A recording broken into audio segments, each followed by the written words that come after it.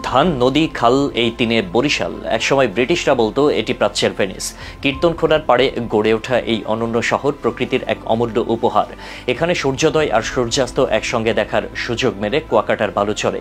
বরগুনার গভীর সবুজ বন আর ভোলার চর কুকরিমুকরির অপার সৌন্দর্য যেন প্রকৃতির নিজ হাতে আঁকা এক চিত্রকর্ম। এত সব অনন্য রূপের মাঝেই বরিশাল বিভাগ ধীরে ধীরে পর্যটনের এক নতুন সম্ভাবনার দিগন্ত খুলে বসেছে। বরিশাল বাংলাদেশের এক প্রাচীন শহর, যেখানে প্রতিটি কোণায় লুকিয়ে আছে ইতিহাস আর সংস্কৃতির গল্প। অথচ এতদিন এই শহরকে শুধু ভাতের কাঠি, লঞ্চ আর পটুয়াখালীর গেটওয়ে হিসেবে দেখত অনেকেই। কিন্তু সময় বদলেছে। বরিশাল এখন পর্যটনের নতুন সম্ভাবনার হাতছানি দিচ্ছে। বরিশালের কোল জুড়ে রয়েছে নদী আর খালের গল্প। পদ্মা, মেঘনা আর কীর্তনখোলার মোহনায় এই অঞ্চল গড়ে উঠেছে। শহরের চারপাশে বিস্তৃত নদীগুলো বরিশালকে করে তুলেছে বাংলাদেশের ভেনিস। এখানে প্রতিদিন শত শত নৌযান চলে, কিন্তু শুধু নৌযানের শহর বললে বরিশালকে ভুল বোঝা হবে। এটি এখন পর্যটনের জন্য এক নতুন আকর্ষণ। যারা প্রকৃতি ভালোবাসেন তাদের জন্য বরিশালের বাগানবাড়ি, চন্দ্রদ্বীপ আর সুন্দরবনের কোল ঘেঁষা অঞ্চলগুলো এক দারুণ অভিজ্ঞতা। শহর থেকে একটু দূরে গেলে দেখা মেলে মনোরম সবুজ ধানক্ষেত, ঝালুকাঠির গাবখান চ্যানেল, যা বাংলার সুইজারল্যান্ড নামে পরিচিত। তার মনোমুগ্ধকর দৃশ্য আপনাকে মুগ্ধ করবেই।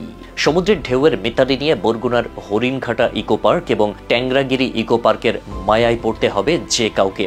জেলার তালতলী ও পাথরঘাটা উপজেলায় সম্ভাবনাময় পর্যটনের দ্বার উন্মোচন করেছে সবুজ বন।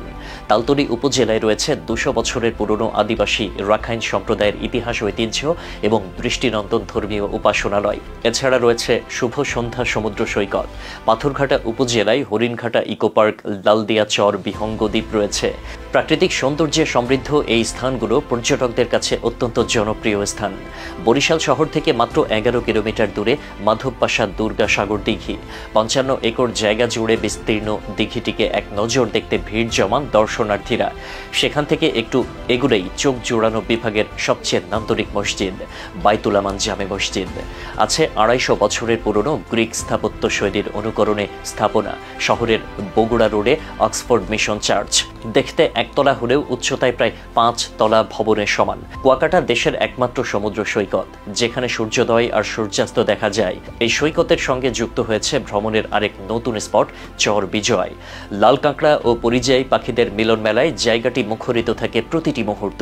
সৈকত থেকে প্রায় 30 কিলোমিটার দক্ষিণ পূর্ব কোণে বঙ্গোপসাগরের বুকে জেগে ওঠা চরটিতে বাড়ছে পর্যটক।